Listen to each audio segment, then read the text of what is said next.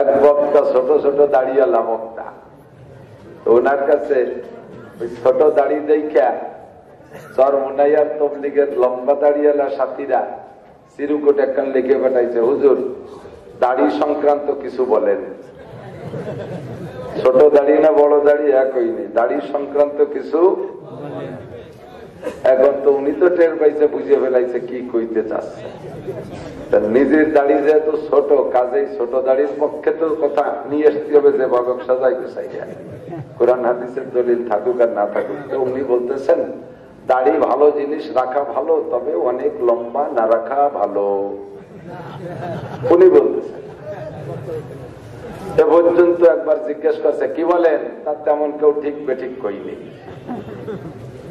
এবার উনি দলিল দিচ্ছেন যে দাড়ি এজন্য খাটো রাখা ভালো যে দাড়ি যদি বেশি লম্বা হয় তাহলে পেশাব করতে বসলে ছিটে দাড়িতেই লাগতে পারে। নাপাকির একটা ব্যাপার স্যাপার থাকে, এজন্য খাটো দাড়ি থাকলে ছিটে দাড়িতে লাগবে না, এজন্য দাড়ি খাটো রাখা ভালো। এবার অনেকে কয় ঠিক, একটা দলিল দিচ্ছে।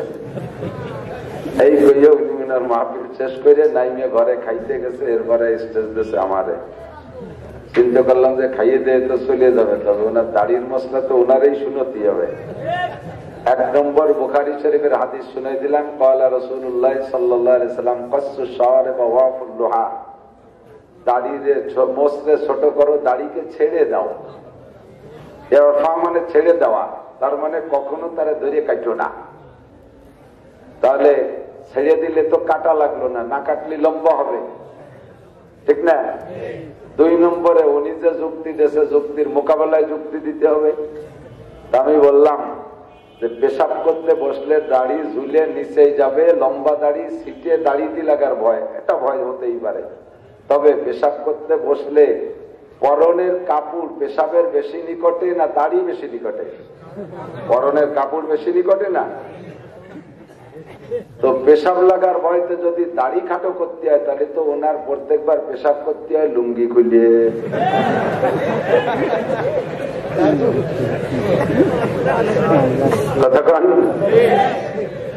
আগেরটা ঠিক না পরেরটা ঠিক? পরেরটা ঠিক, ঠিক না? কাজেই ওই দুশ্চিন্তে আমার আপনার দরকার নাই। আরেকটা মশলা ফাঁকে করে নেই, নানান তাই দিয়ে করি, মাঝে মাঝে একটা ইম্পর্টেন্ট মাসালা এসে গেলে একটু বলে গেলি ভালো লাগে। আল্লাহ বদনায় পানি নেছেন বাথরুমে, হাতে ময়লা পানি আছে, ওই পানি যদি বদনার মধ্যে পড়ে তাহলে বদনা এক বদনার অল্প একটু পানি নাপাক হয়ে যায় না? নাপাক হয়ে যায়, ঠিক না? ওই পানিতে পাক হইলে পাক হবে না, পবিত্র হওয়ার ইচ্ছা করলে পবিত্র হবে না। নাপাক পানি নাপাক, সে আমারে পাক করে কি করিয়া, তাই তো? এবার বাথরুম করার পরে আপনি যে 1 বদনা পানি খরচ করলেন, সাধ্য অনুযায়ী ডলা ঘষা করছেন, সেটা তো মনের তৃপ্তি যতক্ষণ থাকে ততক্ষণ তৃপ্তি হওয়া পর্যন্তই পরিষ্কার সকলে হওয়ার চেষ্টা করি। কিন্তু ওই হাতে বা আশেপাশে শরীরে যে পানি লাগানো আছে, ওই পানি তো বাথরুম মিশ্রিত পানি, ময়লা মিশ্রিত পানি। ধুইছি, ধোয়ার পরও তো সে জায়গা, কোন জায়গা ধুইছি? সে জায়গা তো ময়লাই ধুইছি, তাহলে হাতেও কিছু থেকে যেতে পারে, যার কারণে পরে সাবান দিয়ে ধুই, আর সে জায়গা আশপাশে ওই ময়লা মিশ্রিত পানি রয়ে গেছে। কিন্তু ওই পানির থেকে বাঁচা 99% মানুষের দ্বারা অসম্ভব। পাশায় সে পানি থাকবে, সে পানি কাপড়ে মাখবেই, কথা বলে? এখন ওই ময়লা পানি কাপড়ে লাগলো, সেই কাপড় দিয়ে নামাজ হবে কি করে? নামাজ হয় না। সতর্কতা মাসআলা হলো ওই জায়গাটা বাথরুমের ভিতরে অতিরিক্ত কাপড় রাখা, যেই কাপড়টা দিয়ে পানি খরচের পরে আপনি নির্দিষ্ট স্থানকে সুন্দর করে মুছে তারপরে আপনার পরনের কাপড়টাকে সেট করবেন। এটা হলো সবচাইতে বেশি তাকওয়া। তবে এর ব্যবস্থাও 99% মানুষের জন্য থাকবে না। আল্লাহ যাইনা ওই সমস্যার পানিরে অনুমতি দিয়ে দিয়েছে, ওই সমস্যার পানিরে অনুমতি দিয়ে দিয়েছে। ওই পানি আপনার পরনের কাপড়ে লাগলে কাপড় নাপাকের ঘোষণা দেওয়া হবে না, ও কাপড় পরে নামাজ হবে আপনার। কেন? ইউরিদুল্লাহু বিকুমুল ইউসরা ওয়া লা ইউরিদু বিকুমুল উস। আল্লাহ আল্লাহ আল্লাহ, আমার আল্লাহর মতো আল্লাহ হয় না। যে জায়গায় ভাঙ্গা ব্রিজ সে জায়গায় বিকল্প সড়ক। রাস্তায় ব্রিজ আছে না, মাঝে মধ্যে ব্রিজ ভেঙে যাইতো, তো ব্রিজ ভেঙে গেলে ওই ব্রিজের সংস্করণের জন্য সাইডে বিকল্প রাস্তা দিতে হবে না? তা আমার আপনার এই চলার ইসলামী জিন্দেগির চলার রাস্তায় মাঝে মাঝে এমন ভাঙ্গা ব্রিজ বাইরে গেলে ওই বরাবর গাড়ি চালাই যে মরণের কথা আল্লাহ বলে নাই, আল্লাহ কইছে ওখানে সাইডে বিকল্প সড়ক আছে, ব্যবস্থা। ওযু ছাড়া নামাজ হবে? কোন অবস্থাতে ওযু ছাড়া নামাজ হবে? কোন অবস্থাতে হবে না। বিনা ওযুতে আল্লাহ পাক নিষেধ করেছেন, নাপাক অবস্থায় নামাজের কাছে যেও না। ওযু বানাইতেই হবে, যত বড় শীত হোক ওযু বানাইতে, উপায় নাই। এমন ভাবে কয়ে দিলাম ঝাড়ি বাইয়া, উম্মতে ভয় পেয়ে গেছে, ওরে সর্বনাশ, গোপালগঞ্জ হুজুর এর আগে কবিরটাঙ্গার হুজুর যেভাবে টান টান হয়ে গেল, এরপরেও হুজুর তাই পেলো, তয় না হয়ে গেছে। আল্লাহ, আমার তো জন্মের জ্বর, আমি তো হুজুর বানালি জ্বর বাড়িয়ে দেবে না। নাসির হুজুর যেভাবে কলো তাতে তো জ্বর হোক আর আগা পাতা যাই হোক, ও হুজুরদেরই আয় নাই, আমি কি করতে পারি? আল্লাহ কয় ওই মৌলবী যা কয় কোক, যা কয় কোক, যেখানে ভাঙ্গা ব্রিজ সেখানে বিকল্প সড়ক। ওযু বানাতে হবে ঠিক, ওযু ছাড়া হবে না। তবে ওয়াইন কুনতুম মারিদান, যদি তুমি অসুস্থ হও, আওলাম তাজিদু মাআন, অথবা তুমি পানি মোটেই না পাও, ফাতায়াম্মামু সাইয়িদান তাইয়্যিবা, পাক মাটিতে তায়াম্মুম করে নামাজ পড়ো, তোমার সে জায়গা বিকল্প সড়ক আমি আল্লাহ রেখে দিয়েছি। ব্যবস্থা আছে না নাই? এখন আমরা জানি যে ওযুর পরিবর্তে তায়াম্মুম চলে। এই আরেকটা মাসলা এসে গেছে, জম্মের ফাইল একটা মাসলা আছে। আমরা জানি যে ওযুর পরিবর্তে তায়াম্মুম চলে। ওযু করতে পারতেছি না, পানি ব্যবহার করলে রোগ বেড়ে যাবে, অথবা পানি পাচ্ছি না ওযু করার জন্য, তাই তায়াম্মুম চলে। কিন্তু গোসল ফরজ হলে কি করা যায়? এই যে গানটা দেখা যাচ্ছে না,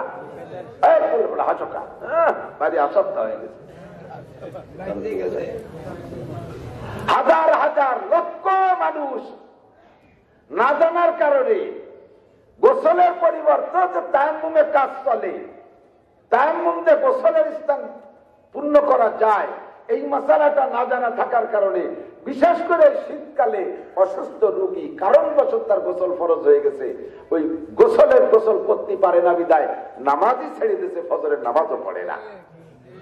আছে না নাই?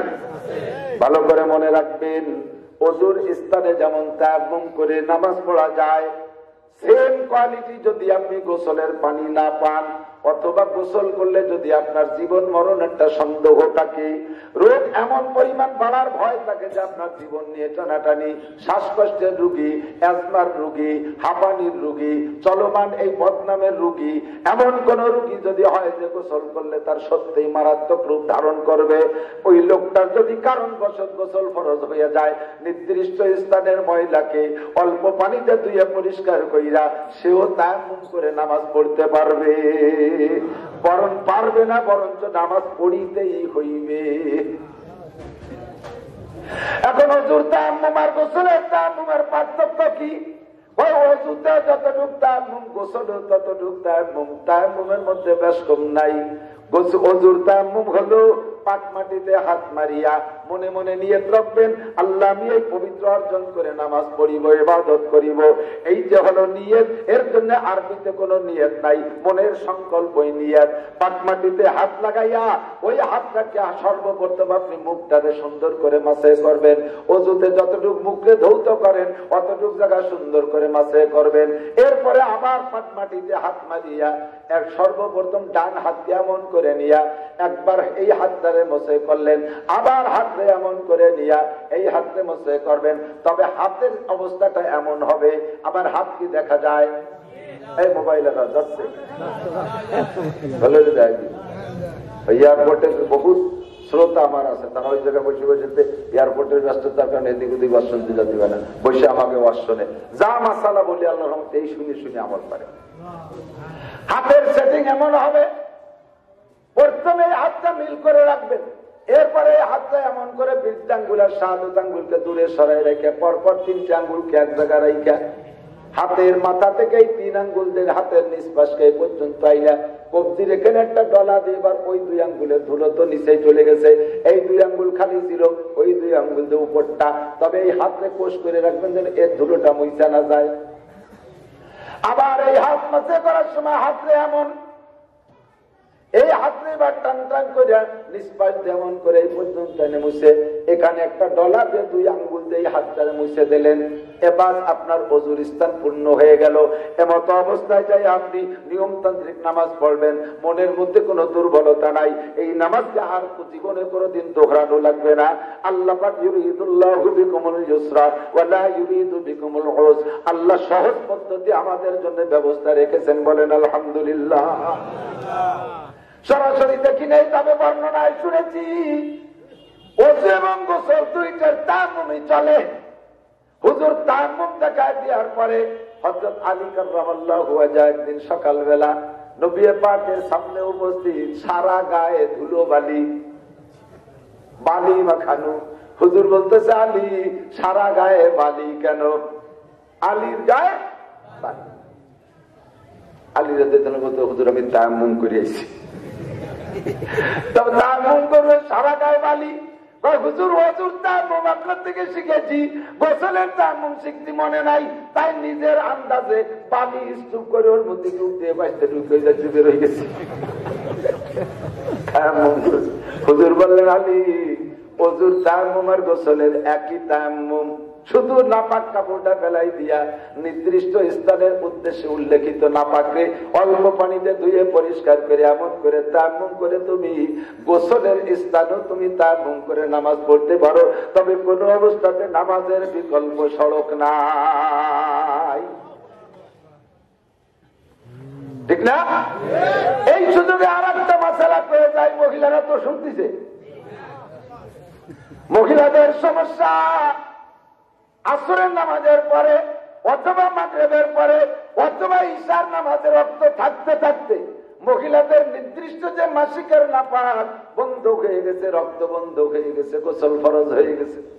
শরীর ভালো না অসুস্থ, 4-5 দিন 7 দিন রক্ত ক্ষরণের কারণে শরীর দুর্বল হয়ে গেছে, জ্বর জ্বর ভাব এসে গেছে, ওই অবস্থায় যদি গোসল করে তাহলে তার রোগ বেড়ে যেতে পারে, অন্য লক্ষণ দেখা দিতে পারে। আল্লাহ পাক তারে সুযোগ দিয়েছে, ও মহিলা সুস্থ হয়ে গোসল করো, তবে রক্ত যেহেতু বন্ধ হয়ে গেছে তোমার নামাজ এখন থেকে ফরজ হয়ে গেছে, আর তোমার নামাজ রেহাই নাই, নামাজ মাপ নাই। তবে তুমি কি করবা? নির্দিষ্ট নাপাকের কাপড়গুলো পরিবর্তন করে অল্প পানিতে নির্দিষ্ট নাপাককে ধুইয়া এবার তুমি গোসলের পরিবর্তে তায়াম্মুম কইরা নামাজ পড়তে পারবা। নামাজ পড়তে হবে, তোমার নামাজের থেকে রেহাই নাই। ও দোস্ত, যে জায়গার সমস্যা আছে জায়গা বিকল্প সড়ক, কথা বলেন। আমাদের জন্য হাদিসের মধ্যে পর্যাপ্ত পরিমাণ দুরূদ আছে, আছে না নাই? আছে, আছে, আছে। সাবধান, সতর্ক থাকবেন। শুদ্ধ করে যেই সকল দুরূদ গুলো হাদিসের মধ্যে আছে তার মধ্যে ছোট ছোট দুরূদ আছে, একটু বুঝতে হবে।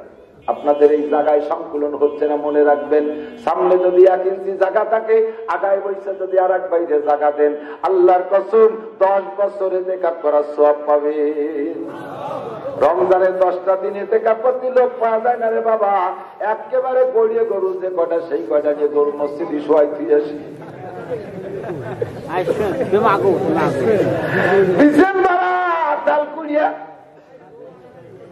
ঘরে শুয়েছিল মসজিদে যে সেই কয়জন এতে কাপে বসাই, এতে কাপে তাকে বসার শক্তি নাই, এতে কাপে সই, এতে কাপে সই, বলবেন না? এতে কাপের নাম হলো বসা, কিন্তু যাইয়ে পারে কি এতে কাপে তাও থাকবে না। পুরো কই মাছের মতো কানে আটকে আটকে 10 হাজারে তুলিয়েছে, অর্ধেক মসজিদের মধ্যে আর অর্ধেক বাইরে। ওই বাইরে অর্ধেক দিয়া কাল্টু বাল্টু যারা পোলা পান করে তাদের সাথে খালি খাইজুরি দরবার, নান্টু দাদি ভান নিয়ে দে, উনি এতে কাপে শুয়েছে, এতে কাপ পাতি কাকু, এতে কাপ থাকে না। কষ্টের এতে কাপ যারা রমজান মাসে 10 দিন এতে কাপ করে, আল্লাহর কসম তারা সবে কদর পাইয়া যায়, বলেন সুবহানাল্লাহ। আর লাইলাতুল কদরে খায়রুম মিন আলফি শাহর, শবে কদর যদি কেউ পাইয়া যাও আল্লাহ পাক রব্বুল আলামিন তাকে 1000 মাস ইবাদতের চাইতে বেশি সওয়াব দান করে। লাগাতার 1000 মাস নফল নামাজ আর নফল রোজা রাখলে যেই সওয়াব, এক শবে কদরে তার চাইতে বেশি সওয়াব। এই যে পাওয়া যায় ইতিকাফ করলে, আর 10 বছর যদি একটা না ইতিকাফ করে কমপক্ষে 10টা শবে কদর তার মধ্যে পাইয়া যায়। কথা কোন ঠিক কি ঠিক না? এত মোটা ইনকাম হবে শুধুমাত্র এই মাটি পাছা কইছে একটু সামনের দিকে আগায় বসলে লা ইলাহা ইল্লাল্লাহ টানদের। আচ্ছা একটু ঘন হইয়া যান। সাহাবায়ে কেরাম বলেন আমাদের নবী যদি দাম দিয়ে সামনে বসতে বলতেন এমন ভাবে ঘন হইয়া যাইতাম দুইজনের মাঝে একটা আঙ্গুল লুকানোর জায়গা থাকতো না। আল্লাহ পাক বলেন ওয়াইদা কিলা লাকুম তাবাসসু বিল মাজালিস ফাসতাহু ইয়াফসাহিল্লাহু লাকুম, যখন তোমাদেরকে বলা হয় সামরার মাহফিলের মধ্যে একটু জায়গা করে দাও, দেখো কত মানুষ গেটে দাঁড়ায় রয়েছে চিড়িয়াখানার বাঘ দেওয়ার মতো দেখতেছে। আল্লাহ ওই মানুষগুলোর একটু জায়গা করে দাও, যদি বলা হয় জায়গা করে দাও। আল্লাহ কাছে ফাসসাহু তাড়াতাড়ি জায়গা করে দাও। আল্লাহ পাক একটা জবাব হাতে রেখেছেন, সেটা হলো আল্লাহ যদি মানুষে বলে রব্বুল আলামিন এই মাঘ ফাল্গুন মাসে মোটামুটি শীত, কত সময় বসে একটা জায়গা গরম বানাইছি, এই গরম জায়গা ছাড়িয়ে দিয়ে ঠান্ডা জায়গায় যাব। আল্লাহ আমি এত বড় লস করবো, তুমি আমারে কি দিবা কও, ভালো একটা বুঝ না পাই আমি সামনের দিকে খাইব না। আল্লাহ কে ওরে বলো তুই জায়গা ছাড়িয়ে দিয়ে সামনে আসার সঙ্গে সঙ্গে আমি আল্লাহ তাআলা তোরে এই দুনিয়ার সমান 10 দুনিয়া পরিমাণ জায়গা জান্নাতের মধ্যে দলিল করে দেব। আল্লাহু আকবার। চামড়ার জমির দাম বেশি না আল্লাহ জান্নাতের জমির দাম বেশি, কোটি কোটি গুণ বেশি, ঠিক কি ঠিক না? ও যুবক তোমাদের জায়গা করে দিছি, ভিতরে ঢুইকা বসো। আল্লাহ এদিক তাকান এদিক তাকান। হাদিসের মধ্যে যত দুরূদ আছে, আরেকটা মশলা অনেকে মনে করে যে দুরূদে ইব্রাহিমী ছাড়া নামাজ হবে না, তা ঠিক না। দুরূদ পড়তে হবে নামাজের মধ্যে। হাদিসের বর্ণিত যত দুরূদ আছে তার ভিতরে যে কোনো দুরূদ পড়লেই হবে। তবে সাহাবায়ে কিরাম থেকে আজ পর্যন্ত, নবী পাক থেকে আজ পর্যন্ত দুরূদ ইব্রাহিমের প্রচলন, এইটা সাইয়্যিদুস সালাওয়াত, সমস্ত দুরূদের মধ্যে শ্রেষ্ঠ দুরূদ, তাই আমরা ওইটা পড়ি। তবে ছোট্ট দুরূদও যদি প্রয়োজন সাপেক্ষে আপনি পড়েন, কেন প্রয়োজন কি? 24 তারিখে 24, 25, 26 3 দিন সরমুনের মাহফিল। এই এলাকার থেকে সরমুনের জনগণ গাড়ি নিয়ে রওনা দিবে, 23 তারিখে রওনা দেবে। গাড়িতে সব সাজে গুজে রেডি হয়ে গেছে, ইতিমধ্যে আপনি পড়ে গেছেন পিছে, আবার সকালে খাইতে পারেন নাই, এখন বলতেছেন মনে মনে ভাবতেছেন এক নেলা খাইয়ে না গেলে শেষে রাস্তায় কোন জায়গাতে খাবো, বউ প্লেট করে খাবার দিয়েছে, এখন সবগুলো খাইতে হবে, নইলে আবার পথে যে খাবার পাবেন না, তাড়াহুড়া করে খাওয়া লাগে। কতক্ষণ? অন্যদিন খাইতে প্রায় 40 মিনিট সময় লাগান, আজকে যদি 40 মিনিট এক প্লেট ভাত খাইতে সময় লাগান তাহলে গাড়ি চলে যাবে কোটালি পাড়া, পরে আপনার যাওয়া হবে না।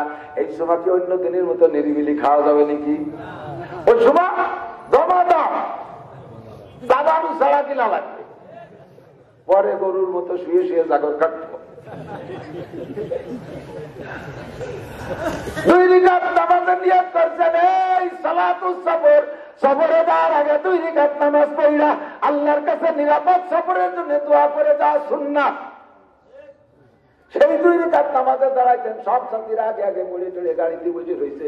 আপনি বলছেন বাবা দাঁড়া আমি 2 রাকাত নামাজ পড়ে আসি, সবাই ওদিকে গাড়ি স্টার্ট দেওয়া গেছে, বহরের আরো 20 গাড়ি রওনা দিয়েই গেলাইছে, আপনি শেষ গাড়ির যাত্রী। আপনি যে 2 রাকাত নামাজ পড়তে দাঁড়াই গেছেন, 1 রাকাতে সূরা বাকারা আর 1 রাকাতে সূরা আল ইমরান, 1 রাকাতে 2.5 পারা আর 1 রাকাতে 2 পারা, ওরা চলে যাবে একেবারে ভুল ঘাটা ছাড়িয়া। রুকুতে সুবহানাল্লাহিল আযীম 41 বার, আর সিজদায় যে আলা মারিয়ে দিয়েছেন 39 বার।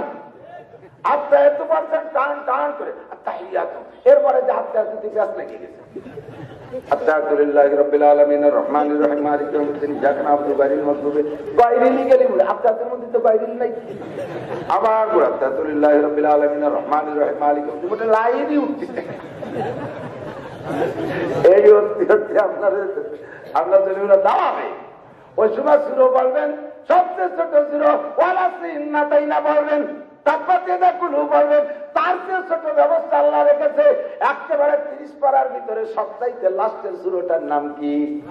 সূরা নাস। ওর মধ্যে আছে 6 আয়াত, ওর মধ্যে ওই শুধু এক সূরা নাস দিয়ে 2 রাকাত নামাজ পড়া যায়। ওয়ালা দাল্লিন আমিন, কুল আউযু বিরাব্বিন নাস, মালিকিন নাস, ইলাহিন নাস, আল্লাহু আকবার। দ্বিতীয় রাকাতে ওই উঠে মিন শাররিল ওয়াসওয়াসিল খান্নাস আল্লাযী ইউওয়াসওয়িসু ফি সুদুরিন নাস মিনাল জিন্নাতি ওয়ান নাস, আল্লাহু আকবার। আত্মায়াত পুরো পড়া ওয়াজিব। আত্মায়াতের পরে দুরূদ শরীফ যদি লম্বা হয়ে পড়তে যান তাহলে গাড়ি ছাড়িয়ে দেবে, ওই সময় শর্টে দুরূদ মেরে দেবেন, আল্লাহুম্মা সাল্লি আলা মুহাম্মাদ, বাস না দুরূদ আমার সূরা শব্দ পড়ার দরকার নাই। আল্লাহুম্মা ইন্নী যালামতু নাফসি যুলমান কাসীরা ওয়া লা ইয়াগফিরু যুনুবা ইল্লা আনতা, আসসালামু আলাইকুম ওয়া রাহমাতুল্লাহ, আসসালামু আলাইকুম ওয়া রাহমাতুল্লাহ। এরপরে লম্বা হয়ে মুনাজাত ধরা লাগবে না, দৌড়ে যে গাড়ি দিয়ে উঠবেন আপনার পূর্ণ 2 রাকাত নামাজ হয়ে গেছে। ইউরিদুল্লাহু বিকুমুল ইউসরা ওয়া লা ইউরিদু বিকুমুল উসর, আমার আল্লাহ পাক সহজ ব্যবস্থা রেখেছে। জানা দরকার আছে না নাই? কথা বল। যা জানিয়ে বলছিল যে ওই পর্যন্ত টাইম, সাথে যে আরো ব্যবস্থা আছে এগুলো তো জানি না। কাজেই এদিক টাকা জানিয়ে যত বড় হয়, চাল তত বড় হয়, তার জন্য নৌকা টলার মালার বড় হয়, ওর মাছ ধরার জায়গাও বড় হয়। ওরা চলে যায় সাগরে, প্রথম কয়েকদিন পর মধুমতি দিয়ে, এরপরে জ্বালিয়ে বড় হয়ে গেছে পদ্মায়, ও জায়গা আমেরিকানে জাল আরো বড় করেছে, এত বড় বড় ভাষা। ওই যে আমাকে নদীতে কোনো মাছ বাঁচবে, কালকে ওই বাঁচবে, ও নিয়ে চলে গেছে সাগরে, বড় বড় মাছ দুটো তিমি বাইতে গেলি এরপরে আগা চারা মোটা কামাই দিতে বাড়িতে দিয়ে আসে, ঠিক না? আর যাকে জাল তরি ছোট, সাগরে যার ব্যবস্থা নাই, ওরা এলাকার খাল কুয়ে যে খেয়ে বেড়ায় জাল, ছোট ছোট মাছ পায়, কুচো কুচো মাছ তেলা উঠি। আমার ছবি সাহ জুনায়েদ বাবু নগরী, মামুনুল হক সাহ, জুনায়েদ আল হাবিবি, বড় বড় জাইলিয়া, মাওলানা মাকসুদুল হক, মহদ্দঙ্গার জাইলিয়া, আরো বড় জাইলিয়া, উন্ডা বড় বড় মাছ ধরে। আমার বাড়ি সুলতানশি গোপালগঞ্জ গ্রামে থাকি, আমি ছোট জাইলিয়া কয়েক গাছ কুচো মাছ, একেবারে কুচো মাছ ধরা কয়েক গাছ জাল বুনাইছি। ওই যে খালগুলোর মধ্যে কি আই, কোন জায়গা কোন সমস্যা আছে, টুকিটাকি মাছ একেবারে তেলুটাই নাই, ছেলা ডাইন কেনা, এইগুলো জাল জাল মেরে মেরে কুচোই একেবারে আপনাদের সামনে দেওয়ার চেষ্টা করি। কোন জায়গা কোন সমস্যা আছে সেই জায়গায় বের করি। এই সমস্ত সমস্যা হাজারো মানুষের মধ্যে আছে, এগুলো নিয়ে কোনোদিন ওদের মধ্যে আলোচনা হয় না, কথা কান্তি কেড়ে না, এমনি বসে দরবার করতে লজ্জা। মহিলাকে মাসে কি কোথায় কিছু মানুষ কি বলো কবি কথা ই ওদের মধ্যে আজ কবো না, কাল কবো না, কবো কোন জায়গায় কোন সময় বলবো, এগুলো মহিলারা জানবে কবে, ঠিক না? রমজান মাসের 3 দিন মহিলাকে নাপাক হয়েছে, আর কেউ জানুক না জানুক, স্বামী স্ত্রী 2 জন তো জানে। 3 দিন পরে রক্ত বন্ধ হয়ে গেছে, এরপরে আরো 2-3 দিন মহিলা রোজা রাখে না। আশেপাশে 2-1 মহিলারাও টের পায়, এই মহিলার কাপা সবাই শেষ হয়ে গেছে, রোজা চায় না, সাবান নাই ছুটা আনি নেই, সাবান নাই ছুটা আনি নেই, সাবান যে তৈরি করবে ছুটা দিয়ে ইফতার করবে, তা আনি নেই, রোজা খায় না। মহিলা এই সমস্ত ভঙ্গি কুয়ারা করে বাঁচার উপায় কত বলেন আছে? যখনই আসরের সময় যদি রক্ত বন্ধ হয়ে যায়, ওই সময় আল্লাহ পাক বলেন আমি সাবান লাগবে না, ছুটা লাগবে না, আসরের সময় রক্ত বন্ধ হয়ে গেছে, ওই সময় গোসল করে আসরের থেকে নামাজ পড়বা। ওই যে সময় রক্ত বন্ধ হয়েছে ওই সময় থেকে সন্ধ্যা পর্যন্ত কোনো কিছু খাইতে পারবা না। ছিল তো রক্তের কারণে, রক্ত বন্ধ তো তোমার খানাও বন্ধ, কথা বলেন ঠিক না? বিশ্বাস করেন আর না করেন, আল্লাহু আকবার, মাসালা কিন্তু তাই। আর বিশ্বাস কেনই বা করবেন না? মাসালা জানেন, মানতে হলে জানতে হবে, আর জানতে পারলে মানা শুরু করে দিতে হবে, ঠিক কি ঠিক না? ছোট্ট দুরুদে নামাজ হয়, তবে সাইয়্যিদুস সালাওয়াত সব দুরুদের মধ্যে শ্রেষ্ঠ দুরুদ এই দুরুদে ইব্রাহিমী। আমার নবী বলেন, যদি কোনো ব্যক্তি পাক বিছানায় শুইয়া, পবিত্র বিছানায় শুইয়া, পারলে ওযু করে শোবে, না পারলে তায়াম্মুম করবে, পারলে ওযু করবে, না পারলে তায়াম্মুম করবে, পাক বিছানায় শুইবে, সাধ্যর যে উত্তর শীতের শোয়ার চেষ্টা করবে। উত্তর শীতের শোয়া সুন্নাত, বাংলাদেশের থেকে উত্তর মাকসাদ না মাকসাদ হলো শোয়ার পরে ডান কাতে শোয়ার পরে মুখটা কিবলামুখী হবে। আমরা যেহেতু পূর্ব দিকের মানুষ, উত্তর দিক শুইলে কিবলামুখী হয়। যারা কাবার পশ্চিমে তারা দক্ষিণ দিক মাথা দিলে কিবলামুখী হয়। যারা কাবার থেকে উত্তর দিকে তারা পশ্চিম দিক দিলে কিবলামুখী হয়। যারা আছে দক্ষিণ দিকে তারা পূর্ব দিক মাথা দিয়ে পশ্চিম দিক পা দিয়ে শুইলে কিবলামুখী হয়।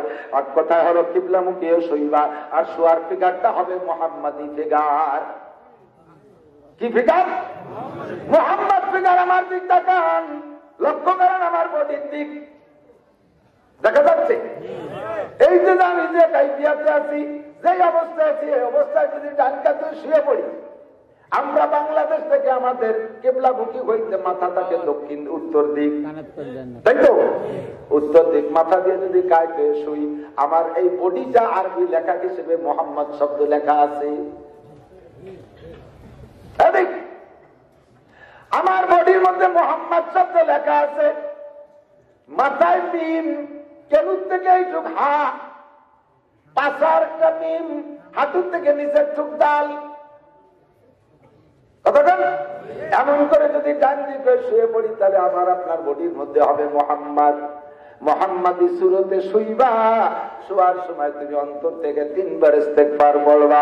আস্তাগফিরুল্লাহ আল্লাযী লা ইলাহা ইল্লা হুয়াল হাইয়ুল কাইয়্যুম ওয়া আতুবু ইলাইহি। অন্তর থেকে এই তওবা পড়বা। আল্লাহ পাক রব্বুল আলামিন বলেন, ওয়া উলাইকা ইউবাদদিলুল্লাহু সাইয়্যাতিহিম হাসানাত। আমার মাওলানা মাকসুদ যত গুনার আলোচনা এখানে করেছে, এত গুনাহ, সব গুনাহ যদি আমি আপনি কইরা থাকি, 3 বার ইস্তেগফারের বদৌলতে আল্লাহ পাক সমস্ত গুনাহগুলো ক্ষমা করে দিয়া গুনাহ সংখ্যা পরিমাণ নেকি আমলনামায় লিখে দেয়। এরপরে ডান কাতে শুয়া একটা দুরূদ পারলে 40 বার, না পারলে 10 বার, না পারলে কমপক্ষে 3 বার। এই দুরূদ রেগুলার যদি আপনি পড়েন, সর্বোচ্চ 40 দিন পড়ার ভিতরে আল্লাহ নবী বলেন, যেই ব্যক্তি এই দুরূদ পড়ে শুইবে, সর্বোচ্চ 40 দিনের ভিতরে রাআনি ফিল মানাম, সে আমার স্বপ্নে দেখতে পারবে। সাহাবায়ে কেরাম বলেন, ওগো নবী, আপনাদের সরাসরি দেখে তো আমরা ফজিলত অর্জন করলাম, হুজুর আপনাদের স্বপ্নে দেখলে লাভ কি? স্বপ্নে তো মানুষের কত দেখে, বাংলাদেশে বৈশা দেখে যে আমেরিকায় যে ঘুরে বেড়াচ্ছে, সজাগ হয়ে দেখে যে ঘুরতি খেতা ছিঁড়ে বেড়াইছে। স্বপ্নে সব কিছুর বাস্তব থাকে না। আপনার স্বপ্নে দেখে লাভ কি? আল্লাহ নবী বলেন, মান রাআনি বিল মানাম রাআনি ইয়াউমাল কিয়ামাহ। যে ব্যক্তি আমার স্বপ্নে দেখবে, ওই ব্যক্তির সাথে কিয়ামতে আমার সাক্ষাৎ হয়ে যাবে। ওগো নবী, আপনার সাথে হাসরের মাঠে কিয়ামতের ময়দানে সাক্ষাৎ হইলে লাভ কি? হুজুর বলেন, মান রাআনি ইয়াউমাল কিয়ামাহ ওয়াজাবাত লাহু শাফাআতি। যে আমারে কিয়ামতে দেখবে, আমি যারে কিয়ামতে সাক্ষাতে পাইব, আমার উপরে ওয়াজিব হইয়া যাইবে তারে সুপারিশ করে জান্নাতে নেওয়া। আমার নবী এমন নবী, যেই নবীর স্বপ্নে দেখলেও লাভ। কতক্ষণ আমার সাথে কথা বলো। আমার নবী এমন নবী, যেই নবীর স্বপ্নে দেখলেও লাভ না লস। আরো জোরে। আর গোলাম আহমদ কাদিয়ানীর সরাসরি দেখলে লাভ লাভ লস লস। গোলাম আহমদ কাদিয়ানী নবী না কাফের?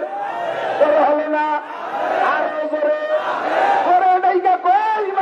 সরকারের কাছে দাবি জানাই ইউটিউবের মাধ্যমে, যদি সরকারের পিএসরা কখনো আমাদের বয়ান শোনেন, একটু আলোচনা করিলেন, পাশ হোক আর না হোক, আপনি অনেকই পাইবেন। আল্লাহু আকবার। প্রেসিডেন্ট মুসলমান, প্রধানমন্ত্রী মুসলমান, স্বরাষ্ট্রমন্ত্রী মুসলমান, স্পিকারও মুসলমান, পথমন্ত্রী মুসলমান, ধর্মমন্ত্রী মুসলমান, 16 কোটি বাঙালি মুসলমান, লক্ষ লক্ষ হাফেজের বাংলাদেশ, হাজী শরিয়তুল্লাহর বাংলাদেশ, শামসুল হক ফরিদপুরের বাংলাদেশ, কাশিনী হুজুর আব্দুল মান্নানের বাংলাদেশ, আহমদ শফির বাংলাদেশ, শাহজালালের বাংলাদেশ, শাহপরানের বাংলাদেশ, বাইজিদ মুস্তামির বাংলাদেশ। জোরে বলেন ঠিক না? বাঙালি মুসলমানদের পক্ষ থেকে আমরা আপনার কাছে দাবি জানাই, স্বাধীন বাংলার স্বাধীন ভূমিতে বৈশা আমার প্রতি স্বাধীনতা আপনারা অর্জন করে থাকেন। স্বাধীনতা যুদ্ধের সময় আমি ছিলাম না, থাকলে আমি স্বাধীনতার পক্ষে অস্ত্র ধরতাম, আমি যুদ্ধ করতাম, আমি স্বাধীনতার পক্ষে। আপনারা মুরব্বীরা আমাদের জন্য স্বাধীনতা এনে দিয়েছেন, তাই আবার বাক স্বাধীনতার বলে মুসলমান হইয়া আল্লাহ নবীর পক্ষ হইয়া 200 কোটি বিশ্বের মুসলমানদের পক্ষ হইয়া আল্লাহর পক্ষ হইয়া মাননীয় সরকারের কাছে দাবি জানাই। গণ কি বলা হয়, বাংলাদেশকে ধর্ম নিরপেক্ষ দেশ বলে ঘোষণা দেওয়া হয়েছে। এ জায়গায় আমরা প্রতিবাদ করি না শক্ত হাতে। ধর্ম নিরপেক্ষতার তর্জমা আমরা ধরে নিছি। মুসলমানরা যার যার ধর্ম পালন করবে, হিন্দুরা তার ধর্ম পালন করবে, খ্রিস্টানরা তার ধর্ম পালন করবে, বুদ্ধরা তার ধর্ম পালন করবে। চার জাতির বাংলাদেশে অবস্থানের অনুমতি দিয়েছেন, আমরা এ জায়গায় হস্তক্ষেপ করি না। তবে পঞ্চম কোন জাতি বাংলাদেশে থাকতে পারবে? পারবে? হিন্দু মুসলমান, হিন্দু বৌদ্ধ খ্রিস্টানের পরে পঞ্চম আর একটা জাতি বাংলা জমিনে আজ প্রতিষ্ঠিত হওয়ার পাই তারা দিচ্ছে, তারা হলো কাদিয়ানি ফেরকা। এই কাদিয়ানিদেরকে বাংলাদেশ জাতীয় সংসদ থেকে আমরা আপনাদেরকে ভোট দিয়ে পাঠাইছি। যদি বলেন যে না তোমাদের ভোটে হই নাই, তা আমাদের নিজেদের কায়দায় হয়েছি, তাহলে খুশি হবেন আরো বেশি। কথা না ঠিক না? আমরা আপনাদেরকে ভোট দিয়ে সংসদে পাঠাইছি, ঠিক ঠিক না? যদি বলেন আপনারা যদি বলেন যে না তোমাকে ভোট আমাকে লাগে নাই, কোনোদিন লাগবে না, তাহলে কিন্তু আন্তর্জাতিক ভাবে দাবি হয়ে যাবে। কাজেই আমাদের ভোটকে সমর্থন করলে আমাদের দাবিকে সমর্থন করতে হবে। জাতীয় সংসদ থেকে আমরা যেহেতু যাইতে পারবো না, আপনাদের মুরব্বীদেরকে পাঠাইছি, সংসদীয় আইন কইরা গোলাম আহমদ কাদিয়ানের গোষ্ঠীকে বাংলাদেশ থেকে কাফের ফতোয়া দিতে হবে। আল্লাহু আকবার। নবীর পরে নবী নাই, সংসদে আইন চাই। বলবেন নবীর পরে নবী নাই, নবীর পরে নবী নাই, মুহাম্মদুর রাসূল ছাড়া নবী নাই। নারায়ে তাকবীর। সবাই কি কইছেন? লজ্জা পাইছেন? ক্রেডিট সময় বসে রয়েছেন? কিসির সাদার ক্রেডিট মিয়া? একজন সাহাবা যদি এক পাল্লায় দাঁড়ায়, গোটা দুনিয়ার সমস্ত মুসলমান আর এক পাল্লায় দাঁড়াইলে সাহাবার পাল্লা ভারী হয়ে যাবে। সেই সাহাবারা নবীকে প্রতিষ্ঠিত করার জন্য সুতাইসা, সুতাইহা, তুলাইহা, আসমাদে আনাসি, মুসাইলামাতুল কাজ্জাব এরকম বড় বড় ডাকাতরা নবুয়তের দাবি করেছে, তাদেরকে দুনিয়া থেকে বিদায় দিয়ে দিয়েছে। ও যুবক, এখনো বাংলার জমিনে আমাদের এলাকায় গোপনে গোপনে কাদিয়ানি তদবির চলতেছে। ওই পোকা সার পোকা ভিতরে পয়সা দিয়ে দিয়ে যুবকদেরকে কিনতেছে। বুড়োকের কাছে যায় না, কারণ বুড়োকে একটা স্বভাব আছে, যা করতে করতে বুড়ো হয়েছে, নতুন কথা করি করবো না, ও আমার মাথায় ধরে না, যাওয়ার করতে বুড়ো হয়েছে, ইহুদি মন্ত্রী দিদি ও তোরা জাবাতিস করে বেড়ায়, তোকে দিন বদলের পালা পুরা পাল্টায় ফুটে জাবারিশ করে বেড়ায় গিয়ে যুবকদেরকে নিউ কিছু দিদি পাড়ায় সাথে সাথে খুব তাড়াতাড়ি গ্রান্ট করে বেলায় দেয়। নতুন নতুন নামাজ আইনে তারা একটু ওদের শিখাইতেছে, বা সেই নতুন নামাজ মসজিদে যে প্রতিষ্ঠিত করে। একদিন পরে আমাদের সাথে এক কাজ দেয়, এখন যাইয়ে মসজিদের মধ্যে এই ঠ্যাঙ্গে ফাঁকা এই লাঠিতে বাসা দুজনে সরাই দেয়, আছে না নাই? আমি এক মসজিদে গেছি, আমার যে লাইট হই তোকে বলছি তোরা লাইট হবি, পরে আমি পাইছি যে তো সেই কায়দা শেষে আমি বুঝলাম সরতেছি যে তোর চেয়াটাই করতো কুল হই, তুই তো লাইট হলে আমি সরতে থাকলাম, দরকারে মসজিদে নিচে তোর ঠ্যাং কোহানে আসে চেগাইবা 2-3 আমরি শরী দেখাইছি, এখন চেগাই না, চেগা শেষ।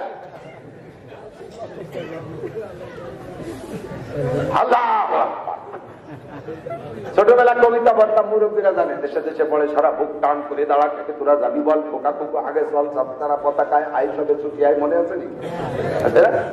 আমাদের মধ্যে বুক টান করে দাঁড়া থেকে তোরা যাবি বল, পোকা কুকু আগে চল।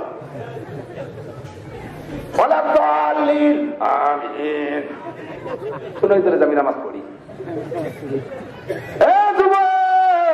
ওই কাদিয়ানি ব্যবসা ভারত থেকে বাংলাদেশে আসছে, ভারত আলো ফেতনা, ভারত আলো ভেজালের কারখানা, দিন না হিরোইন আছে কোন জায়গাতে, এবার আছে ভারতের থেকে, গাঁজা আছে ভারতের থেকে, ধর্মের ব্যবসা, খাদ্যের ব্যবসা, সব ব্যবসার কারখানা ভারত সেই জায়গার থেকে আছে। আবার সহি ধর্মের কারখানা ভারতের দারুল মুদ্দাওবাদ, যাহা মুসা ওহা ফেরাউন, বলেন যাহা মুসা ওহা ফেরাউন, ওরে মুসা থাকলে তার পাশে ফেরাউনটা থাকেই থাকে। যাহা মোহাম্মদ ওহা আবু জাহেল, যাহা ইব্রাহিম ওহা নমরুদ, ঠিক কি ঠিক না? আল্লাহু আকবার। কাজেই দোস্ত সাবধান থাকবা, এর মধ্যে যদি কাদিয়ানি ফিতনাবাজি কেউ করতে আসে, তোমরা তারে ধরিয়া গালে দুলে সুমো দিয়ে চাতর মাহাই দিবা, কি করবা কও? কাদিয়ানীদের দুই গালে খালি জুতো না কিছু মাখাইয়া, কি মাখাইয়া? পায়খানা করতে পায়খানা করেও গুরুত্ব পারে না, ঠিক না? আমার নবীর দুরূদ আল্লাহুম্মা সাল্লি আলা মুহাম্মাদিন ওয়া আলা আলি মুহাম্মাদ কামা সাল্লাইতা আলা ইব্রাহিম ওয়া আলা আলি ইব্রাহিম ইন্নাকা হামিদুম মাজিদ। আল্লাহুম্মা বারিক আলা মুহাম্মাদিন ওয়া আলা আলি মুহাম্মাদ কামা বারাকতা আলা ইব্রাহিম ওয়া আলা আলি ইব্রাহিম ইন্নাকা হামিদুম মাজিদ। দিলটা জ্বলা যায়, এলাকা আসলে মনের মধ্যে একটা কোপ দেয়। ঘুমাই গেছি এই জন্য গত 2 বছর যাব। আল্লাহু আকবার। আবার প্রাণপ্রিয় একজন বন্ধু রাজনৈতিক ভাবে যে কোনো ভাবে যাই করুক না কেন, ওলামায়ে হযরতকে এত ভালোবাসতো যা বলার মতো না। বিশেষ করে আমার এসে যে কেমন ভালোবাসত, যতবার বিদেশ যাইতো আসার সময় আমার জন্য একটা খেজুর হলিও নিয়ে আসতো, একটা আতর হলিও নিয়ে আসতো, একটা খেজুর হইলে না আমার হাতে দিত। আজ 2টা বছর সেই হাতে থেকে কিছু পাই না। এলাকায় আসলে সেই নামের গ্রান্ডা বান্নাতে আসে ডাক্তার শরীফুল ইসলাম বলমারি, বাড়ি তার বাগুড়া। বলমারি ব্যবসা বাণিজ্য করতো আপনাদের এই পাশের গ্রামে, নাকি এই গ্রামে শ্বশুর বাড়ি, কামার গ্রাম শ্বশুর বাড়ি। বাচ্চাটা সহ মারা গেছে, আল্লাহ তার শহীদি দরজায় জান্নাতি করবে।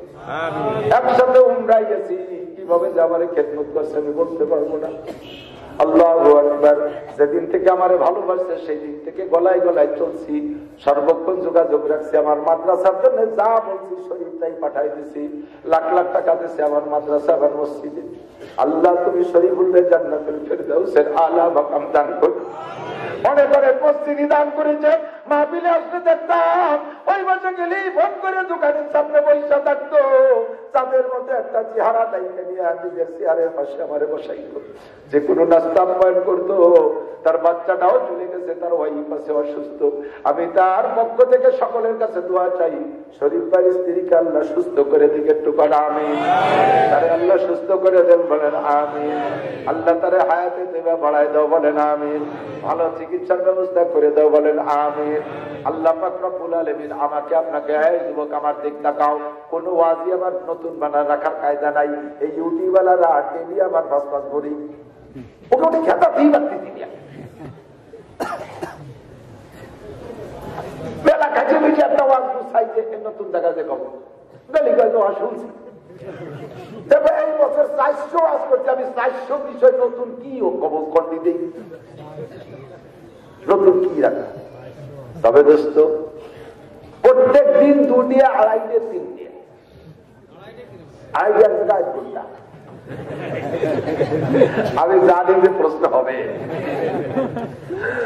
আল্লাহ আর পারতেছি যে স্বাস্থ্য পারি না, স্বাস্থ্য দুর্বল, গলাও মিশে যায়, চিল্লাই গরমকাল আসলে গলা মিশে যায়। আল্লাহ আল্লাহ পাক রব্বুল আলামিন এই যে আমাকে আপনাকে বানাইছে, আল্লাহর উদ্দেশ্য আছে না না? বলো আল্লাহ তোমার উদ্দেশ্য।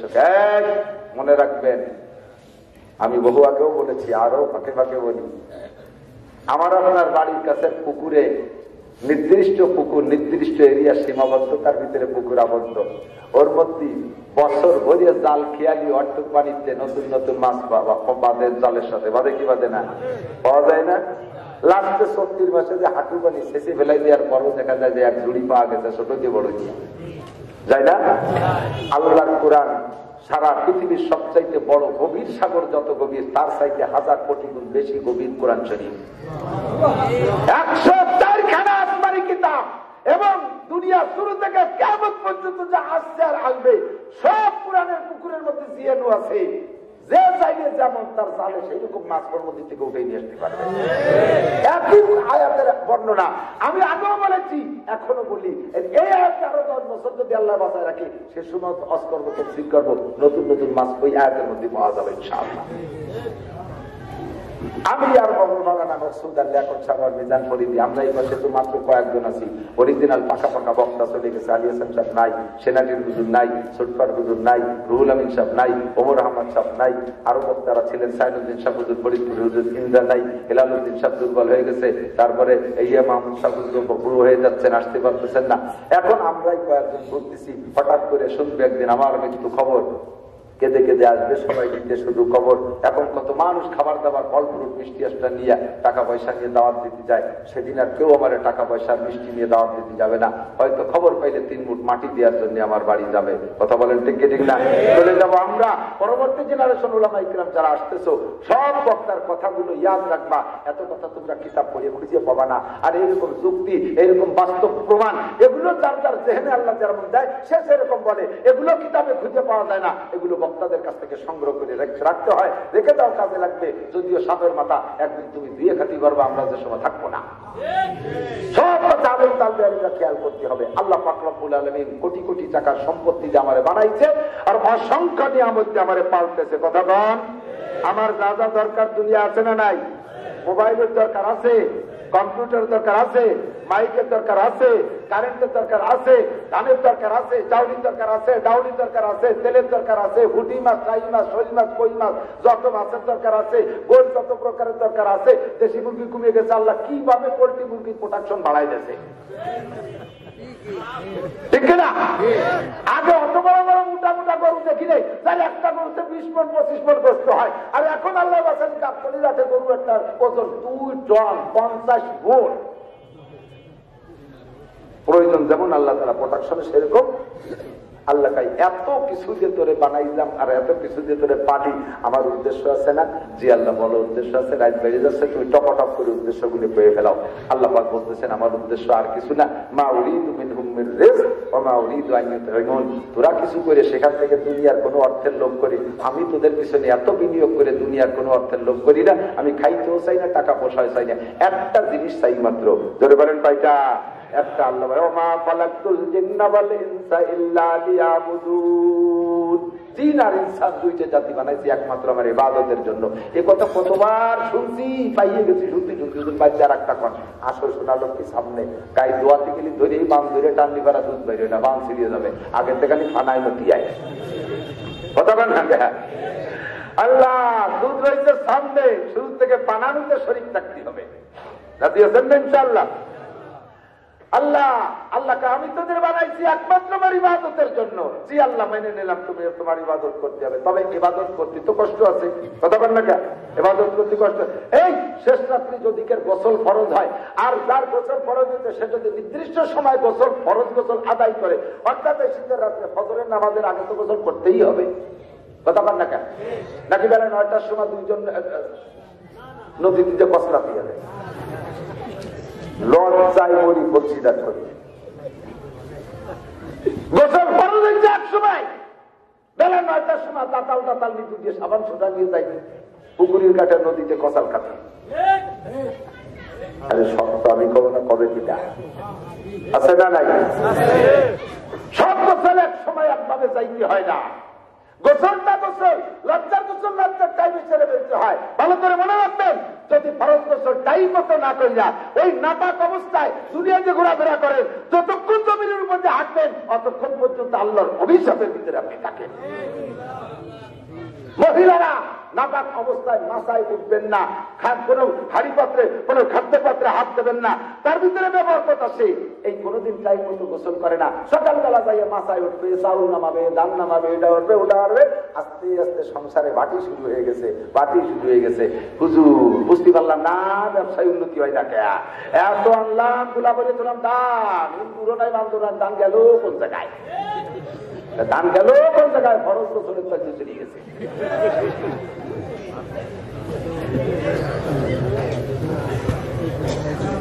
উচিত কথা কবরে বাসি, তাই সামনে আর একবার আসি না আসি।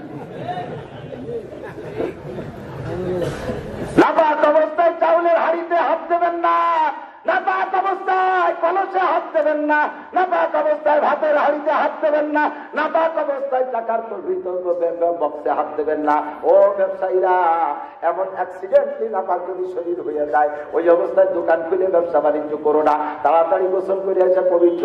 আল্লাহ তোমার রিজিকের ব্যবস্থা রেখেছে ব্যবসার ভিতরে, তোমার ব্যবসা প্রতিষ্ঠানের ভিতরে নাপাক করবা না। আকাম কুকাম যা করো বাইরি করো, দোকানের মধ্যে করবা না, তাহলে কিন্তু ব্যবসায় ভাটি লাগিয়া যাবে। কোন বিশ্বাসের পরোয়ানা লাগাইলে, তাবিজ লাগাইলে কোনো কাম হবে না। ঠান্ডার সময় গোসল করতে কষ্ট, অজু বানাইতে কষ্ট। এই যে বনবাড়ির মসজিদ করবে, আমার সাথে থাকতে তো অনেকেই জানেন। উনি কয় গেছি এক জায়গা তবলিগে, উনি জামাত নিয়ে গেছে, কয় কি এক বুড়ো শীতকালে ওই শীত বলছে জমে পড়ার কুয়াশাও করছে বাড়ি করা। তো মাগরিবের আধা ঘন্টা আগে বুড়ো অজু বানাইয়ে একটার পানি নিয়ে ঠিয়েছে, কায়সা হয়ে গেছে, ইমাম সাহেবের বরাবর বইছে। বুড়ো মানুষ তবলিগে যাইয়ে আজান দেবে দেবে ভাবে 4-5 মিনিট আগে উঠারে আবার পেশাবে ধাক্কা মারছে। আর বুড়ো মানুষ কেবল উজু বানাইতেছে, শীতকালী উজু কত দামি উজু, 500-700 টাকা দিয়ে একটা উজু বানানো পড়ে সেই উজু কেবলমাত্র বানাইছে পেশাবে। আর যে অবস্থা তাতে ফজরের নাম মানে মাগরিব পড়তে পারবে না, ওই উজু দিয়ে বেকায় দাঁড়িয়ে থাকবে। বুড়ো যাইয়ে অন্যাসে পেশাব করে এসে ফিরে অজু না বানাইয়ে সেই জায়গায় চুপ করে বসে গেছে। আমির সাহেবের সাথে ধরা পড়ে গেছে। আর আমির সাহেব চাচা অজু বানাবেন না? বুড়ো জানিয়া বলদ পাইছো না, বলদ পাইছো, আমরা লেয়া বলা জানিয়ে বলে যা কথা তাই শুনবো। এই এক বক্তার তুমি কয়বার বানাতে হবে? এক বক্তায় নামাজের তুমি কয়বার অজু বানাতে হয়? কেবল অজু বানায় এসে বসলাম না, পরে যে পেশাব করলেন তাতে কি আমি যে অজু বানাইছি সেই অজু নামাজ আমি করছি, যে অজু নামাজ বানাবো মিয়া বুড়ো মানুষের অজু বানাতে পারবি, অজু বানাবো দিয়া সে বানাবো দিয়া। ইবাদত করতে কষ্ট হয়, আল্লাহ ওযু বানাইতে কষ্ট, নামাজ পড়তে কষ্ট, হজ করতে কষ্ট। হজে কষ্ট আছে না? হাদিস আমরা বলেন হজ করে হাদিস আছেন, কইতে কইতে বহু দাবি আছে, হজে কষ্ট হই নেই। 9 তারিখ 10 তারিখ 10 তারিখের আমল আরাফাতের থেকে মুজদালিফা, মুজদালিফা থেকে জামরা, জামরা থেকে শয়তান মেরে ফিরে মক্কা, মক্কায় যে তওবার সাই কমপ্লিট যদি কোনো লোক পায়ে হেঁটে করে, আমার বিশ্বাস জীবনের সমস্ত পরিশ্রমকে একত্রিত করলে যতটুকু হবে তার চাইতে বেশি কষ্ট। আমি পায়ে হেঁটে সবগুলো করছি, আরাফাতের থেকে মুজদালিফা, মুজদালিফা থেকে জামরা, জামরা থেকে মক্কা, মক্কায় যে তওব সাই একদিনই কমপ্লিট করছি। 13 সালে সে সময় আরো আড়ে জোর ছিল, তাই দেখি যে আর চাকা টাকা ভাঙচা হয়ে গেছে, কয়দিন আর আটতেই পারি না। হজ করতে কষ্ট হয়, যাকাত দিতে কষ্ট হয়, কুরবানি দিতে কষ্ট হয়, ধরে ধরে হয় কি হয় না? আল্লাহ তুমি ইবাদতের জন্য বানাইছো, মেনে নিলাম, তবে ইবাদত করতে কষ্ট হয়। এর একটা ভালো একটা প্রফিট আর একটা বেনিফিট আমাদেরকে শোনাও, নইলে কিন্তু আল্লাহ ইবাদত করতে পারবো না। আল্লাহটা ইবাদতের প্রতিদান 2 প্রকার, একটা হলো দুনিয়ায় আর একটা হলো আখিরাতে। যত ইবাদত আছে সমস্ত ইবাদতের প্রতিদান শুধু সমস্ত ইবাদতের প্রতিদান শুধু আখিরাতের জন্য নয়, প্রত্যেকটা ইবাদতের প্রতিদান দুনিয়ায়ও আল্লাহ পাক রেখেছে। কথাটা ঠিক কি ঠিক না?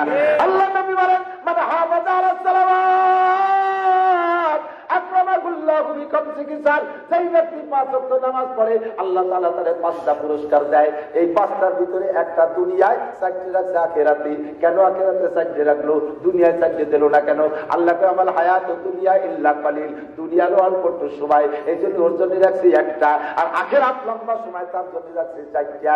দুনিয়াটা হলো নামাজ পড়লে দুনিয়ায় দেইতা হলো 1 নম্বরে রুজির অভাব থাকে না। নামাজে খালি আখিরাত নাই, নামাজে দুনিয়া আছে। 1 নম্বরে হে যুবক, হাসিনা খালেদার কাছে চাকরি নাই, এর সাথে তো চাকরি না দিতে নিয়ে মরিয়ে গেছে। তোমার ব্যবসা বাণিজ্য চাকরি বাকরি রিজিকের দরকার আছে। আল্লাহ রাসূল কয় নামাজ পড়ে ইবাদত কর, দুনিয়ায় পাইবি। আর মরার পরে 4টা, 1 নম্বরে কবর আযাব মাফ, ধরে কোন সুবহানাল্লাহ। 2 নম্বরে ডান হাতে আমল নামা কন্না সুবহানাল্লাহ। 3 নম্বরে বিদ্যুৎ গতিতে পুলসিরাত পার হয়ে যাইবি, ধরে কোন সুবহানাল্লাহ। 5 নম্বরে ওয়ায়াদখুলুল জান্নাতা বিগাইরি হিসাব, বিনা হিসাবে জান্নাতে চলিয়া যাইবা। আমার আল্লাহ কা ইবাদত করলে তোরে 2টা জিনিস দেব, তোর জীবনে দুইটা জিনিসের দরকার মানব জীবনে। মানব জীবনে বেঁচে থাকতে দুইটা জিনিস ভেরি ভেরি ইম্পর্টেন্ট। বলকে দুইটাই সব আর কিচ্ছু লাগে না। এই দুইটা হলে আর লাগে না। এই দুইটাই দুনিয়ার জিন্দেগিতে সব। এই দুইটা জিনিস দেবে আল্লাহ তাআলা ইবাদতের বিনিময়ে। বলবো কথা বলেন, বলবো কয়টা জিনিস? জড়ো হলো না? দুইটা জিনিস।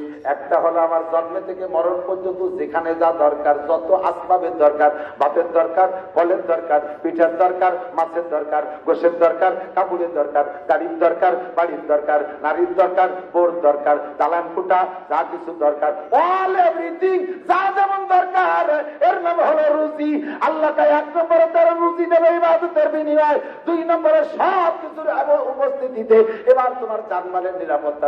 কোটি কোটি টাকার মালিক, কোটি কোটি টাকার মালিক, এই কোটি কোটি যে যত বড় লোক হয় ওর তত ভয় ভীতি বাড়ে, ওর নিরাপত্তা তত কমিয়ে যায়। ঠিক না? ও কি যে কোনো মানুষের মতো, আমাদের মতো গরিব মানুষ গাছতলা বসে রয়েছি, বসতে বসতে শুয়ে পড়ছি, সত্যি ঘুমিয়ে গেছি। আমাকে কোনো পাহারাদার লাগে, কোনো গার্ড লাগে, কোনো সিকিউরিটি লাগে? কোনো মন্ত্রী বাসতলাতে শুয়ে থাকতে পারবে? খালি গেলি একা একা, রাস্তায় যে যাইতেও পারে না একা একা। রানিং মন্ত্রী অবস্থায় এলাকায় কি একা একা আসতে পারে? সামনে 20 কেন গাড়ি, পিছনে 20 কেন গাড়ি, মাঝখানে 3 কেনের একই কালার। ওই 3 কেনের কোন গানের মধ্যে বলা রয়েছে তা জানার কাজে নাই। তার গালাগুলা দেখি না দরকার। বাংলাদেশের মানুষ ভালো না, তো ওভাবে চলবে না, তো চলবে কি করে? সামনে আবার একখান দেশে বলাবলি খেলতে খেলতে যায়। কুড়ি থাকতে বলাবলি খেলতাম, বেশি বেকার জায়গা আড়াই গেলি খুঁজে বলি কইতাম কি কুক না দিলি খেলবো না। গাড়ি দুইকে কু কু কু কু করতে করতে বলাবলি খেলতে খেলতে যা লাগে। মানুষের নিরাপত্তা নাই, সরকার কোন প্রকার নিরাপত্তা ব্যবস্থা করতে পারে নাই, পারবে না। আর্মি দিতে পারে না, বিডিআর দিতে পারে না, র্যাব দিতে পারে না, পুলিশ দিতে পারে না, কুপরা দিতে পারে না, বড় আইন দিতে পারে না। নিরাপত্তার দায়িত্ব কার? আল্লাহর। যার পাহারাদারি লাগে না সেই নিরাপত্তা দিতে পারে। সরকারের বস্তা বস্তা পাহারাদারি করা লাগে, গান লাগে, সিকিউরিটি লাগে দোস্ত। কাজেই সরকারকে নিরাপত্তা দিতে পারবে না, নিরাপত্তা আল্লাহ দিতে পারবে। ঠিক কি ঠিক না?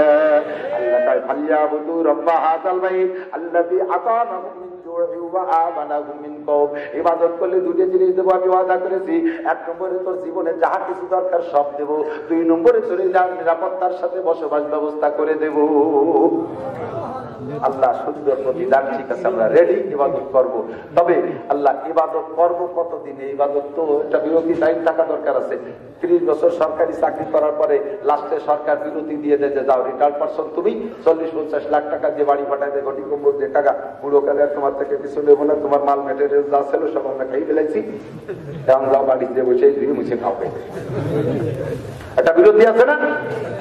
প্রত্যেক কাজে একটা বিরতি আছে। আল্লাহ ইবাদত এতদিন করলাম আর কতদিন করবো? ইবাদতের কি বিরতি নাই? মজা বাড়তেছে, ঠিক আছে, ইবাদতের কি বিরতি নাই? আল্লাহ কাই বিরতি যদি চাই পাইতে চাস তাহলে আমার কথা শোন। যদি বিরতি নিতে চাস ইবাদতের থেকে তাহলে ফানফুজু ফানফুজু ফানফুজু। সূরা রহমানের মধ্যে আছে ফানফুজু। আমার জমিনের মধ্যে থাকতে পারবি না, যে জায়গা যাবি সেই জায়গাতে আমার জমিনের মধ্যে থাকতে পারবি না। ইবাদত করবি ওয়াবুদ রাব্বাকা হাত্তা ইয়াতিয়াকাল ইয়াকিন। ওরে নামাজের বিরতি নাই, রোজা থেকে বিরতি নাই। 40 বছর বয়স পর্যন্ত রোজা রাখছিস, নামাজ পড়ছিস, বাকি জিন্দেগি করবি না, এরকম না। যতদিন আমার জমিনকে ব্যবহার করবি ইবাদত ততদিন করিতে হইবে। আমার পানি খাবি ইবাদত করবি, আমার ভাত খাবি ইবাদত করবি, আমার ফল খাবি ইবাদত করবি, আমার সূর্য ব্যবহার করবি ইবাদত করবি। এইগুলো যখন এবার ব্যবহার করা বন্ধ হয়ে যাবে তখন তোর ইবাদত লাগবে না। ইযা মাতাল ইনসানু ইনকাতা আমালুহু। মানুষ যখন মারা যায় তখন তার সমস্ত আমলের দরজা বন্ধ হয়ে যায়, কারণ সে কবরে চলে গেলে দুনিয়ার কিছু ব্যবহার করে না। আল্লাহ তখন তার উপরে ইবাদত রাখে নাই। কবরে নামাজ নাই, কবরে রোজা নাই, কবরে হজ নাই, কবরে যাকাত নাই, কবরে তাবলীগ নাই, সরমুনাই নাই, মসজিদ নাই, মাদ্রাসা নাই, কোরআন নাই, তিলাওয়াত নাই। জোরে বলেন ঠিক কি ঠিক না? সব আমল বন্ধ, কারণ তুই আমার দুনিয়া ব্যবহার করিস না, কাজেই তোর পর আমার ইবাদত চাপানো নাই। তবে জমিনে যতদিন থাকবি ওয়াবুদ রাব্বাকা হাত্তা ইয়াতিয়াকাল ইয়াকিন, মরণকাল পর্যন্ত ইবাদত করিতে হইবে। যদি ইবাদত করতে না চাই চলে যা আমার জমিন চাইলে চলে যা। আল্লাহ কয় লা তানফুজুনা ইল্লা বিসুলতান। যে জায়গা যাবি ও জায়গাও আমার রাজত্ব। আল্লাহ খেদায় দিতে থাকতে পারলাম না, আমি সুন্দর বলে চলে যাচ্ছি। আল্লাহকে সুন্দর তোর ভাবে, আমি পাহাড়ের মাথায় থাকতো, আমি আর থাকলাম না, আল্লাহ ইবাদত ছাড়া তো ঠিক কি দিচ্ছে না। পাহাড়ের মাথা কিন্তু দাদার ফেলে দিচ্ছে। আটলান্টিক মহাসাগরের তারা যাবি, সে জায়গাও কার? তোর হলো না কার?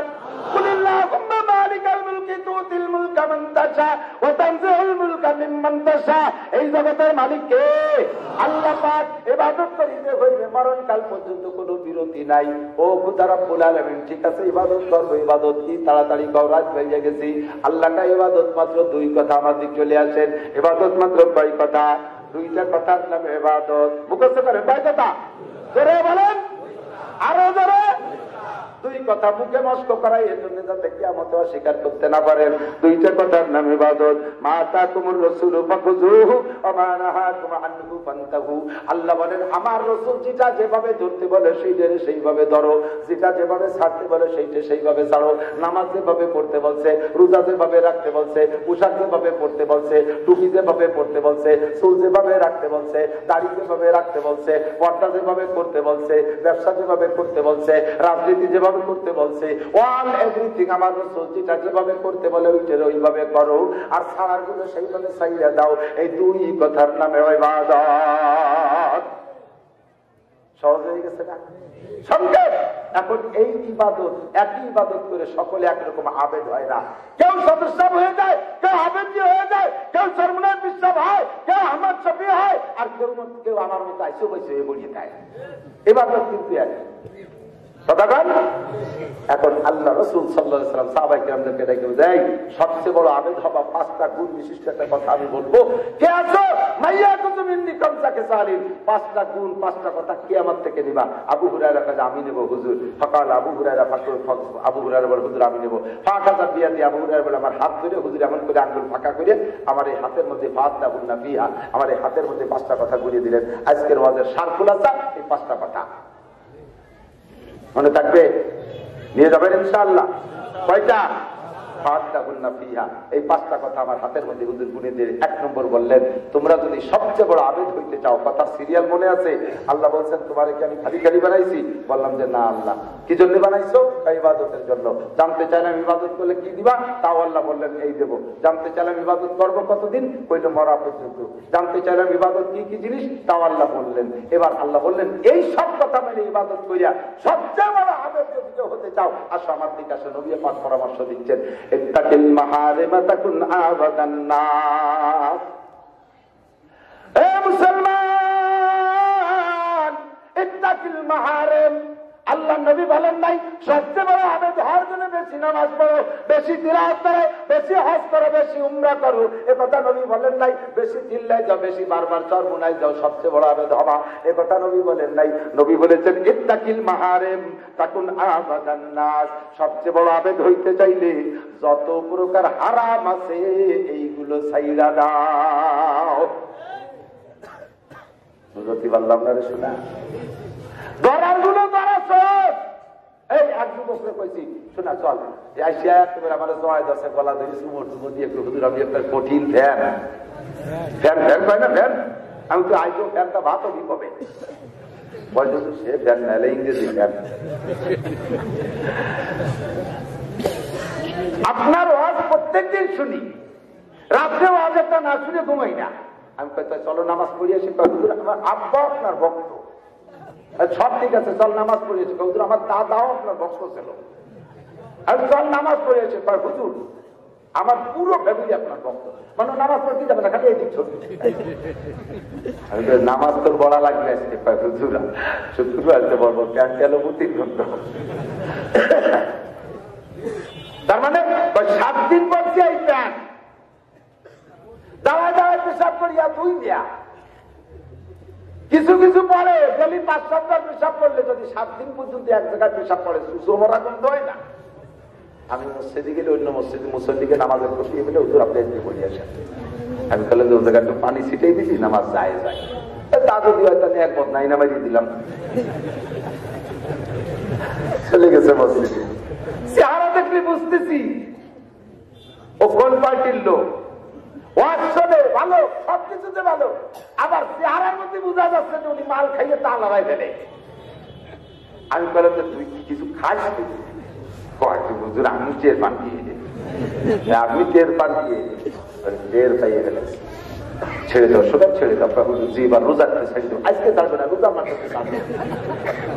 মসজিদে গেলে এখন যায়, পকেটের টাকা আছে কইলে এখনই দেয়, কিন্তু মদ আর গাঁজা, হিরোইন আর নষ্টামি করে স্বভাব থাকলে সেইটি একটা এরিয়া দেশে রোজার মাসেতে ছাড়বে। ভালো কাজ ধরা সহজ, হারামকে ছাড়া বড় কঠিন। কথা কোন ঠিক ঠিক না? আমি বলে থাকি দোস্ত, যদি কেউ হারামে অভ্যস্ত হয় ওই লোকটার হালালে মজা থাকে না। প্রেম করে যদি পরনারীর সাথে অন্যায় করার অভ্যস্ত হয়ে যায়, স্ত্রীর মধ্যে মজা থাকে না, স্ত্রীর মধ্যে আকর্ষণ থাকে না। কোন নারী যদি অন্য পুরুষের সাথে অন্যায় করার অভ্যাস হয়ে যায়, স্বামীর প্রতি তার দরদ থাকে না, স্বামীর প্রতি তার মহব্বত থাকে না। এটাই হলো সিস্টেম। মদ গাঁজা আবার যদি অভ্যস্ত হয়ে যায়, দুধ আর মধুর মজা থাকে না। যদি কেউ সুদ খাওয়ার অভ্যাস হয় ওই লোকটা ব্যবসায় তৃপ্তি পায় না। যদি কেউ ঘুষ খাওয়ার অভ্যাস হয়ে যায় ওই লোকটা ব্যবসার প্রতি কি বলা হয় বেতনের প্রতি কোনো আকর্ষণ ওর থাকে। কাজেই নবী বলছেন ইত্তাকিল মাহারিম, বড় বুজুর্গ হইতে চাইলে আগে হারাম ছাড়ো, তাহলে হবে বুজুর্গ। জি হুজুর রেডি। 2 নম্বরে হুজুর বললেন, এই দুনিয়া নিয়ে তো কামলা কামড়ি সবাই করো, বড় লোক হবা কিনা কিনা, ধনী হইতে চাও কে কে? আমরা এখানে সবাই ধনী হতে চাই। কথা কন, স্বীকার করেন আর না করেন সকলেই ধনী হইতে চাই। ধনী হওয়ার যত তাবিজ আছে, এই যে রমজান মাসে একসঙ্গে বই বেচতেছে, যাই নিয়ে কিনে নিয়ে যাচ্ছে, ওই বইয়ের মধ্যে আছে কি? ও মাইকি কইতেছে, অনেক কিছু কইছে, এই বইয়ের মধ্যে এই দোয়া আছে, ওই দোয়া আছে, সেই দোয়া আছে। এর মধ্যে এমন একটা দোয়া আছে যে দোয়া পড়ে রাত্রে শুয়ে থাকলে গুপ্ত ধন পাওয়া যায়। এই শুনে দেখলে বিচি যাও, কিন্তু খরার মধ্যে বেশি আমি বললাম যে ওই দোয়াটা তুই পড়ে শুয়ে থেকে গুপ্তধন তুই কামাই হন, খরার মধ্যে বই বেচা লাগবে না। কথা বল না কেন? হুজুর করেন না, তাহলে বই কেউ কিনবে না। আমি প্রতিবার দোয়া বলি তুমি ঘুমাই থাকলে গুপ্তধন পাওয়া যেত, তাহলে এদেশের কেউ গরিব থাকতো না। আর তুইও খরার মধ্যে বই বেচতি দিয়া, ওর মধ্যে ধনী হওয়ার কোন সুযোগ নাই। ধনী হওয়ার পরামর্শ নবী পাক দিচ্ছেন, আল্লাহ যারে যতটুকু দিয়েছে সে যদি ততটুকুর পর খুশি থাকে তাহলে আপনি সবচেয়ে বড় লোক। কথা কন না? আল্লাহ এর ছাড়া বিকল্প কোনো কায়দায় বড় লোক আর কায়দা নাই। হাদিসে আসছে, একটা লোককে যদি বলা হয় সারা দুনিয়ার মালিক বানায় যায়, ওর কাছে জিজ্ঞেস করবেন, কাকা আগে তো আমরা 800 কোটি মানুষ এই দুনিয়া ভাঙচুর করে খাতাম, এখন তো পুরো দুনিয়ার মালিক আপনি, আপনি অর্থনৈতিক দিক দিয়ে কেমন আছেন? ও জবাব দেবে কি? পোকার হিসেবে হাদিসে যেটা আসছে, ও জবাব দেবে, কম মিয়া ছেলে মেয়ে নিয়ে একটা দুনিয়ায় চলা যায়, কম এই একটা দুনিয়া কি হয় প্রতিদিন, আর একটা দুনিয়া মোটামুটি চলা যায়। আমাদের সমাজে জিজ্ঞেস করি, আপনি অর্থনৈতিক কেমন আছেন? কিছু নাই হুজুর, 7-8টা ডলার চলে, বালি টালি কাটে, আর খাদ্য সেটি রাখাচ্ছে, 2 বাস আছে এই লাইনে, আর 2 তেলের পাম্প আছে, মোটে কিছু নাই। কাপড়ের কাপড় কিনা টাও নাই,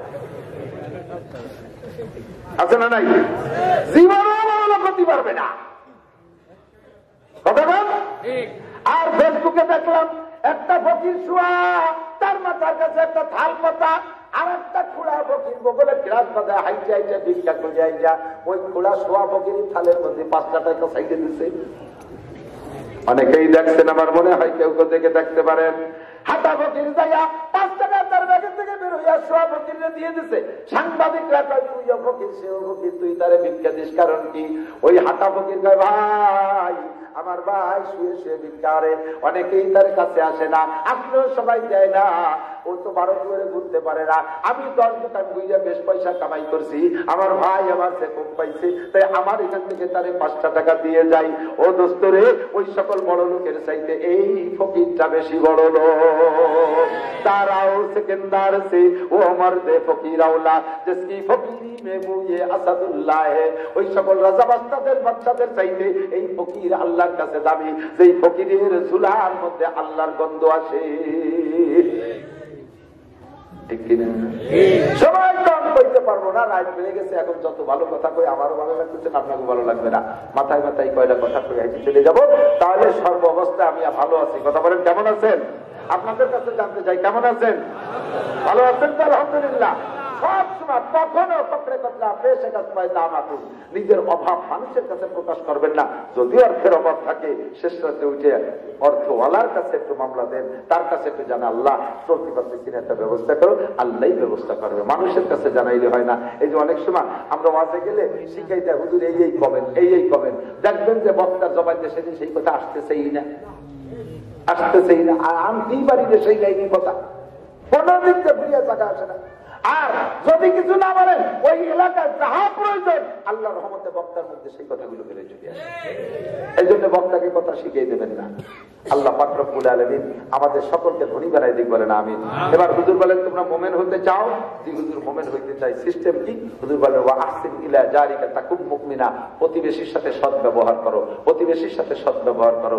ঘরবাড়ি বানাইতে গেলে লক্ষ্য করে বানাও যে ওর রাস্তা বন্ধ না হয়ে যায়, গাছ লাগাইতে গেলে খেয়াল করো যে তার বাড়ির উপর ছায়া টায়া না পড়ে, এদিক লক্ষ্য করে প্রতিবেশীর সাথে সৎ ব্যবহার করো। তাকুম মুমিনা, মুসলমান হইতে চাও? জি হুজুর মুসলমান হব। সব সিস্টেম কি? ওয়া আহিব্বালিন নাসে মা তুহিব্বুলি নাফসিক। আমার দিক দেখান, বড় মজার কথা।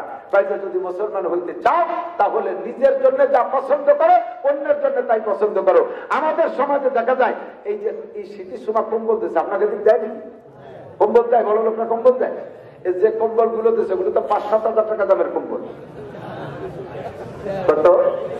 200, 250, 80 টাকা। জিজ্ঞেস করবেন যে ভাই যে কম্বল আপনি দিয়েছেন ওর কি একটা আপনি গায়ে দেন?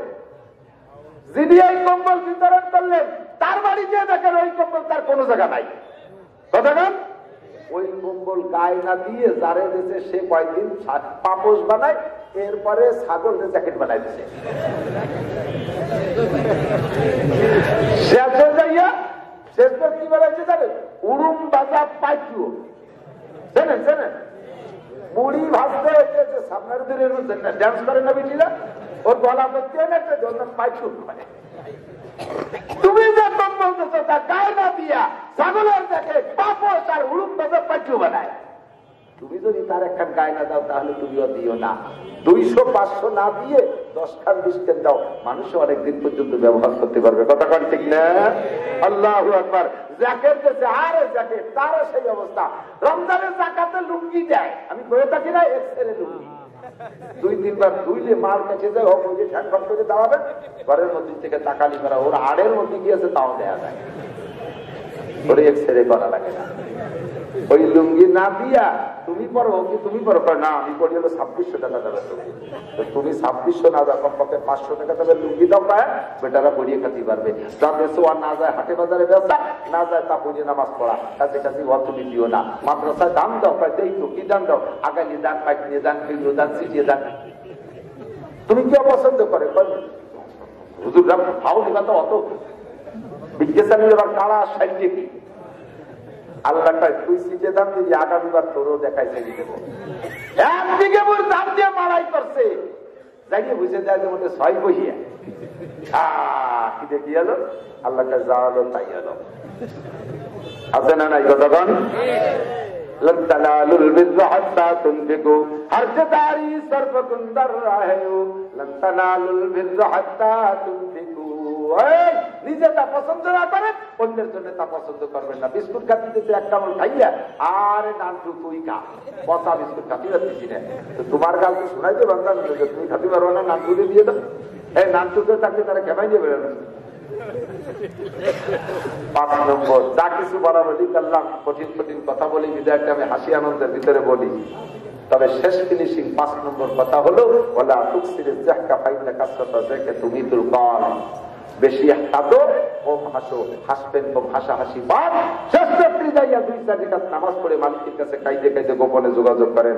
যুবক তোমার চাকরি নাই, মেয়ে পাচ্ছ না ভালো বিবাহ করতে, তোমার বোন দিয়ে বিয়ে দিতে পারতেছো না, তোমার ছেলে মেয়েকে তোমার কন্ট্রোল করতে পারতেছো না, স্ত্রীকে অনুগত করতে পারতেছো না, এই সব মামলা কার কাছে? আল্লাহর কাছে দিয়ে দোয়া করবা, কাঁদবা। আর গুনাহ করে নাই এমন কেউ নাই, এই গুনাহ থেকে বাঁচার চেষ্টা করবা। গত রাত্রে আমার মনে হয় চলি গেছি, মানে অসহ্য আজকে এখনো পর্যন্ত তার ক্রিয়া আমার মুখ শুকিয়ে আসতেছে, কথা বলতে খুব জোর করে কথা বলতেছে। তো অনেকদিন আসি না, আপনার অনেক মানুষ আসছেন, তাই খুব জোর করে কথা হলো উপর থেকে আসতে হয়, সেইভাবে আসতেছে না, জোর করে করে কথা বলতেছি। খুব ক্লান্ত, যাই রাত 2টার সময় বিছানে শুয়েছি আমি। ওই টাইমে একটু ঘুম যাই, কখনো কখনো যাই, আর অনেকদিন ঘুম আসে না। গত রাত্রে ঘুম আসতেছে, এক পলক ঘুম আসছে, এর মধ্যে এমন ভাবে বক্সের বাড়ি আর ঢোলের আওয়াজ কোথেকে আসে, দরজা খুলে টের পাওয়া যায় না। ও আওয়াজ কেমন ইথারে মিশে গেছে, সব দিক মনে যে এই দিক, আবার এই দিক, আবার মনে ওই দিক, বুঝতে পারতেছি না, কোনোভাবে ঘুমোতে পারলাম না। রাগে রাগে মনে চাইতেছে যে যদি জানতাম ওই রাত্রে যে বাড়ি শুরু করে দিতাম। কোথেকে পরে